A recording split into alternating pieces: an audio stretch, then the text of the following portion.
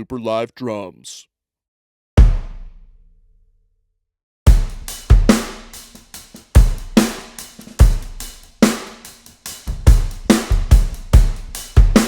What's up? Jake Reed here.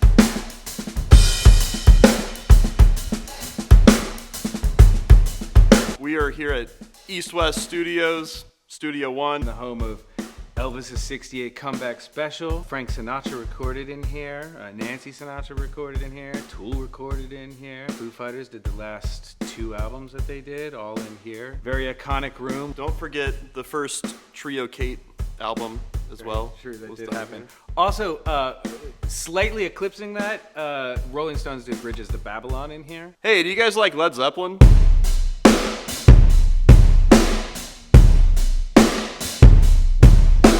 Because, yeah, everybody likes Led Zeppelin. John Bonham got those big drums.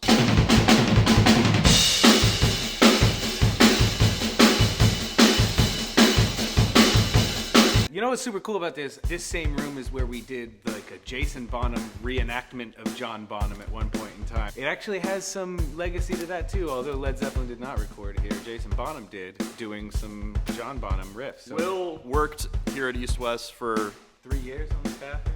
yeah, and like every day of your life. Oh yeah. But because of that, you know this room probably better than I mean, yeah, most people. I bet you I've done like maybe 1,500 to 2,000 drum sessions in here.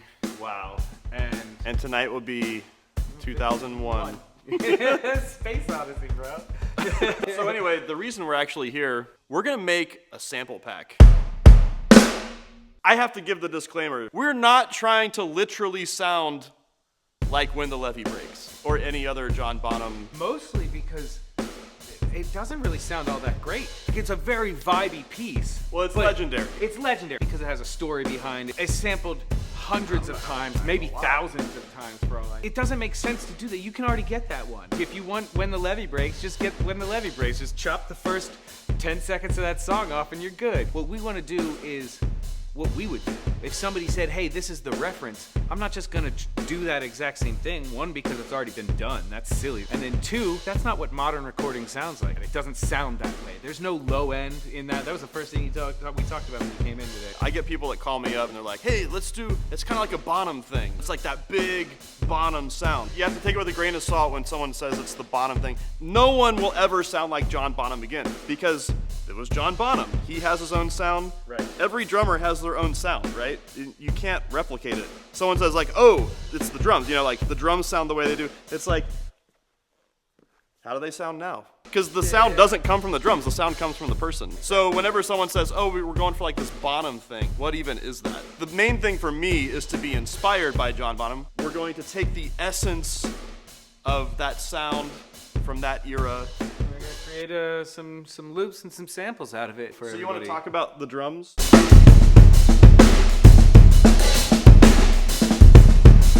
This is my 1950s Gretsch round badge. Wait. Did you said Gretsch, but Bonham played a Ludwig kit. That's right, and they weren't from the 50s either. And guess what? This isn't a 26-inch bass drum like Bonham used. These drums sound huge. I love these drums. 3-ply shells, 22-inch bass drum, 13, 16-inch toms. The snare I have up right now is a Gretsch. It's a newer Gretsch bronze. Hey, Will, guess what? These are zildjians. They're not Pisces. Oh, man. It's okay. We're doing everything wrong. I know, we're doing it all wrong. These are 17-inch hi-hats, K Constantinople's, 20-inch thin crash, 22-inch Renaissance ride, and a 20-inch cluster crash. I love these cymbals. I tried to pick darker cymbals because this is sort of a bright room, right? It has some nice top to it. Yeah, and it's got tile floors in here. So I brought darker cymbals because as, you know, Will starts to compress things and mix it and make it sound really beefy and vibey, those cymbals can get really harsh. So my job is to kind of back off of the cymbal playing and really dig deeper into the drum sounds. Oh, and of course, no hole on the front head. Coated ambassadors on toms.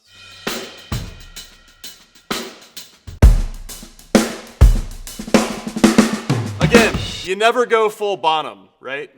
Don't go full Bonham. That's why I brought a second kick drum that's like more modern sounding, has a hole in the front so we can put a mic up in there.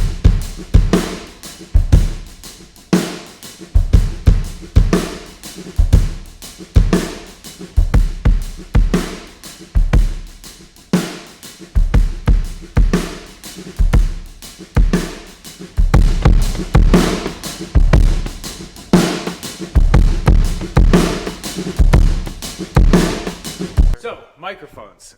I decided that I wanted to take the inspiration of Glenn Johns, who was the engineer on a lot of that Led Zeppelin stuff. Eddie Kramer did some too, but Glenn Johns is really the mastermind. And use the Glenn Johns method for miking Jake's drums with what I consider a modern upgrade. The 67s on the over and side with the Glenn Johns miking technique. And then I added FET 47 for the kick on the front. I did a 57 top and bottom on the snare over here. Nothing super special about any of that stuff. That's kind of standard. Hold on. I thought Glenn Johns was just 3 mics though.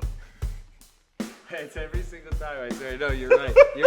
Again, we know adding some more mics makes this sound a little bit more modern. We're gonna get a little bit more definition, and we're gonna get some like more realistically modern tones that you could actually use. What do you mean by more modern? What we know about vintage style recording, the stuff that happened in the 60s and even into the 70s, they weren't listening on speakers that could even reproduce the low end the same way that our speakers now can. And they weren't also recording for earbuds or iPhones. When you listen to those older recordings, you don't hear a kick drum, you don't hear the snare drum when everything's going. It's all kind of like mashed together and you just get a bit of the drum tone. So what we're trying to do is do a more modern version of that and get usable stuff that people can actually just throw in a song today, and there it is, it's ready to go. One of the most common things that I see with hip hop producers is they get a drum loop and they put it in, and then immediately they layer another kick drum in there because the one that was in there, because this is an old vintage break or whatever, doesn't have enough oomph to it for like modern, like hip hop or pop. By adding these extra mics to it and doing these extra things, we're gonna get just a more usable sound. On the toms, even though I don't know if we're gonna use them or not, I use these vintage C55s from Sony, which I think are really cool. I used them once with Ringo, so at least somebody from the 60s has done stuff with these miking techniques. If we move out here, first I have these 2 stereo pair of RCA 77s. These are really cool. There's actually a picture of the mamas and the papas like crowded around this RCA 77. Like if you just Google mamas and the papas, you'll see them standing around this exact microphone. Like this was the microphone they used on that session. Is that the one they used on Pet Sounds? It is the one they used on Pet Sounds. Because we're in such a big, beautiful, amazing room, and the tone of the room is really important. There's a lot of like real good high end in this room, as Jake was mentioning. I'm gonna use these Neumann M50s that I've got up here. There's a stereo pair of them, obviously. There's one over here and one over here. These are the closest thing I think can exist to having your own ears in a room. Any microphone head that's out there right now watching this is gonna like start drooling over these. We decided to go with the risers to decouple off the floor a little bit. There's something about giving the drums a little room to breathe underneath, having this decoupling from the floor where we're gonna get a tone out of these drums. I got these ATCs in a pair set on either side of Jake here, and I've basically lined them up about with his kick drum so we have phase alignment with the room. And what we're gonna do is we're gonna blast some more of Jake's kick and snare drum into this speaker so that it even fills up the room even more. Like, They do that in the 60s stuff? This is like one of my secret tricks to recording drums, and it's so often it becomes one of like the main parts of my drum sound. And for some reason, it sounds amazing when you just kind of like throw it on the floor somewhere and just like compress the hell out of it and then just don't think about it again.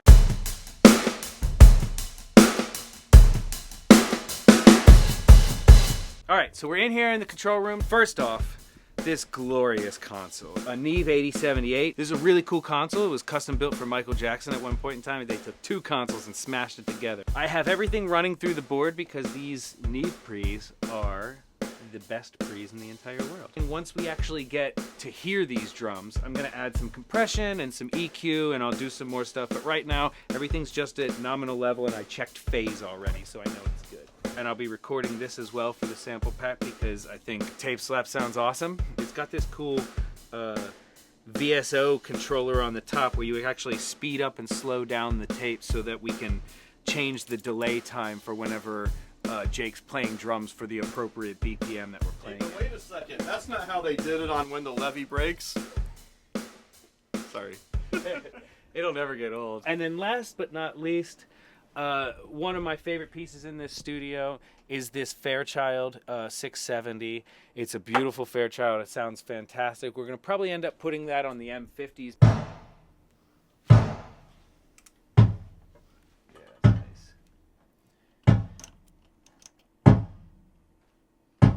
Tell me about this tape machine. So this is the Ampex half-inch. It's usually used for printing stereo masters too, but one of the things that they discovered about the half-inch, well, any tape machine in general, is that you could send stuff to it and create delay from it. This is where the original delay was created. And every tape machine, it has 3 heads. The first head is the erase head, the second head is the sync head, and the third head is the playback head. And because of that gap between the sync head where it actually gets recorded at and the playback head where you hear it from, that creates a delay. Now what they added later on was things to make the tape speed actually vary and like slow down even slower so that you could adjust the delay to the tempo of the song that you're playing in.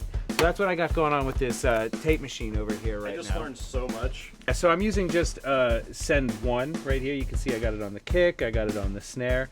All right. So I'm using this send 1 to send it to the tape machine, and then it's coming back over here. If you want to get the feedback, what they talk about, the repeats, right? That's like in my plugin, there's like a feedback knob. Right. What that literally is you are feeding back the tape to itself. So the same gap that happens whenever you're sending it the first time continues to happen and repeats. So that's where you get the da, da, da, da, da, da. Echo. It's literally sending Tape just a little bit delay. of less of itself each time, and it just tape delay. You just blew my mind. The other thing I'm doing is East West is the home to some beautiful chambers. You mean like the one they use in Pet Sounds? Yes, like the ones that specifically Mamas and the Papas. Actually, if you listen to Mamas and Papas, Oh yeah, that California is- Dreamin'. I mean, that's chamber 2. You can hear it every Yeah. single day. It's literally a room upstairs encased in this very thick plaster inside that makes it echo, and there's just a speaker up there, and we're sending it up to that speaker, and then we got 2 microphones and a little XY pattern up there, and we're 57s. They are just 57s. I remember, I've been in there. And they're going to come right back to us, and we're going to listen to them on the board. We're adding a little bit of room from that to emulate a little bit of that Led Zeppelin sound to make it feel more roomy, and then we're going to use the tape delay to get a little bit of that slapback feel too. Are you using any outboard compressors? So I got the kick and the snare through a distressor. Because the room is so roomy, I really want to have some punch to them. So I used the distressor on the kick and the snare. They didn't have those in the 70s. No, they sure didn't, but we got them now, so we're going to use them. I'm putting those toms through a transient designer, and with that transient designer I'm going to take off just a little bit of the sustain because we're getting so much from the room. I just want the toms to have the punch. I'm using the Fairchild for compression on the main rooms. So there's 2 things about the Fairchild that's super important to remember. First of all, these things are 50 years old at this point already, and the cool thing about it is they've been repaired dozens of times. The components have gotten swapped out. So when you talk about the plug-in versus what we're dealing with here in the room, we're dealing with something that's completely unique. That plug-in, you're going to hear it the same way every single time. The cool thing about this is this only exists one time. This exists for one time only. This is our one day only, because any other time we go through here, because of the nature of vintage equipment, it could always be different. So it's going to be special for us today. Because I'm using them for the rooms, I'm just trying to get the tiniest little bit of compression and as much room flavor and tone from the Fairchild itself as I can get. I hate to use these broad terms like warmth. It kind of rounds off a little bit of the edge and makes me feel like when you talk about coloration, you're talking about the way that the gear harmonically distorts something. It's the same as like saturation, Human you know? ear loves harmonic distortion. We love harmonic distortion. We just think of everything as like, oh, distortion's like a guitar, like Jimi Hendrix. But what you're talking about actually is very minute, subtle changes that make the tone sound slightly warmer and less harsh or brittle. This Fairchild is very warm, and it adds a lot of that body to everything that you record when it compresses. So But you're barely tapping it, right? barely tapping it.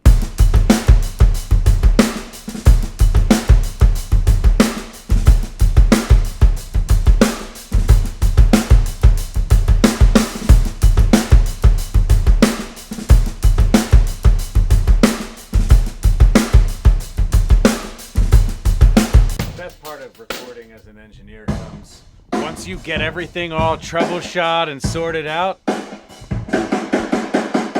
it's just me sitting here watching somebody else work for the rest of the day. And every now and then I'll be like, yeah, you're doing great, buddy. You're killing it out there. Yeah, you're doing great, buddy. Killing it out there.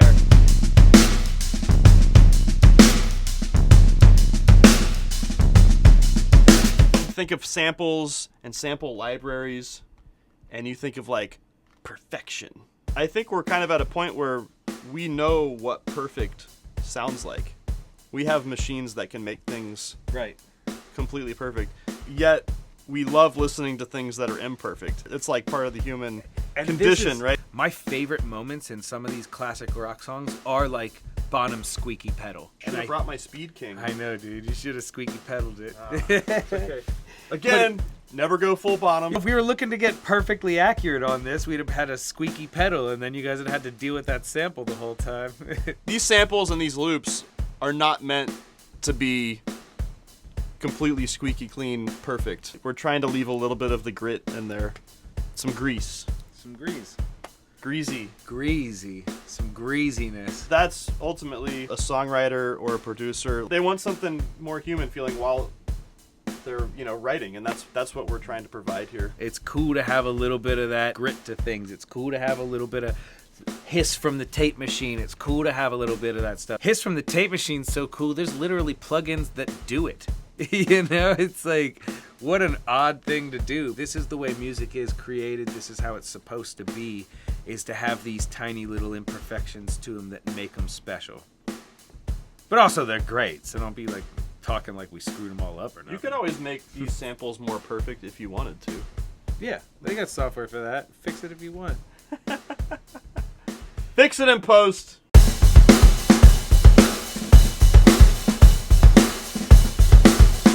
So there you have it. Huge drum sounds in a huge room. Pretty cool stuff. Anyway, thank you, Will. Thank you, East West Studios. Thank you. Thank you to Candace Stewart. Always thank you to Keith Munson, because they always take care of us and they're great. And I highly recommend that if you are looking to do drums, that you try and book at East West, because it is literally one of the best studios in the entire world. The drum sounds that you can get here just without even doing any work are phenomenal. And I'm not employed by this place. I just love it here. Like, I would rather spend my money on this studio than anywhere else in the world. You do the same. We book a lot of sessions here because these studios are magical. They have a history and they have something really special about them. So we're very lucky to be in a room using such great equipment and being able to have the support of the team here all the time. So you want samples. You want some samples. You want loops. You want loops. We got loops. We got loops. We got samples. You want beats? We got beats. We got beats. I don't know what else to say. That's good. Should we stop? Yeah, I think so.